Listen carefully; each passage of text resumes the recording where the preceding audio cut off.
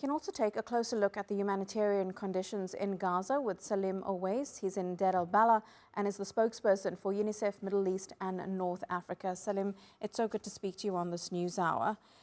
Just tell us what you and your team are seeing on the ground in Gaza, because despite a ceasefire having been in place in October, there are still so many challenges facing Palestinians, especially children who you work so closely with. Definitely. The ceasefire has been a glimpse of hope, of course.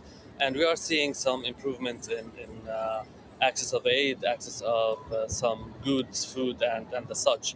But unfortunately, the challenges remain huge and it's to being over. We're talking about children who've been struggling, families who've been struggling for over 2 years, 2 years and a half almost.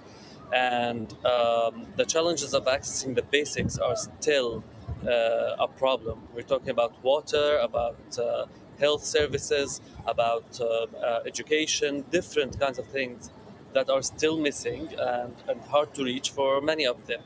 The stocks that are in the market, while we can see it, it's far away from the reach of children and their families due to its high cost. It's extremely expensive for the majority of the people.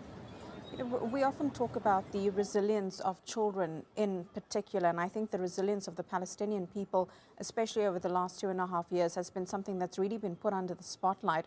What are you seeing, though, among children in Gaza, many of whom have known no other life than living under an Israeli occupation and now over 2 years of war?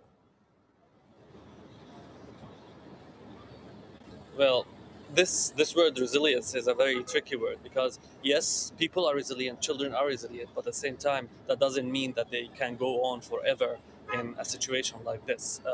The situation is hard enough as is.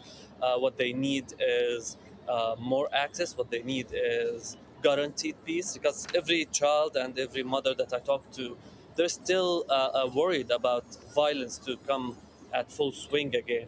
They're still worried that they can't uh, get their families, their children, the food that they need, the nutrition, the health services, and many of them actually can't.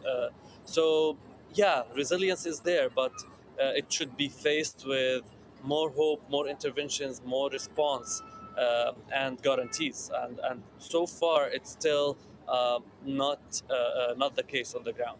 It's certainly hard to imagine the fear that people in Gaza are living with every single day. But when it comes to the support that they do need, what are we looking at here, especially for an organization like yours, as well as others who are working in the enclave and in the other occupied territories? What kind of support do they need from the international community? Well, what we're trying to do is come in and support with the basic services and the basic aid that they need. We're talking about water. We're doing a lot of water trucking, but also repair of the systems, because now we have this window of opportunity to start and repair whatever can be repaired. But for that, we need spare parts that many of it is still not allowed in. On the other hand, food and nutrition. Yes, we have more, but we need the resources for people to be able to access that. Different issues that we need to deal with. There's a big need of psychosocial support that we are providing to children, give them some respite of what they've seen and some distraction and some healing to start now. But that means that they need safe spaces, that they need schools, that they need equipped centers, and all of this is a work in the process. So that's what we need as humanitarian community. We need full access. We need all the crossings to be open and all aid to come in without any restriction to be able to serve the people and the children in Gaza. We certainly hope you do receive that support. Salim Oweis from UNICEF, really good to speak to you. Thank you very much.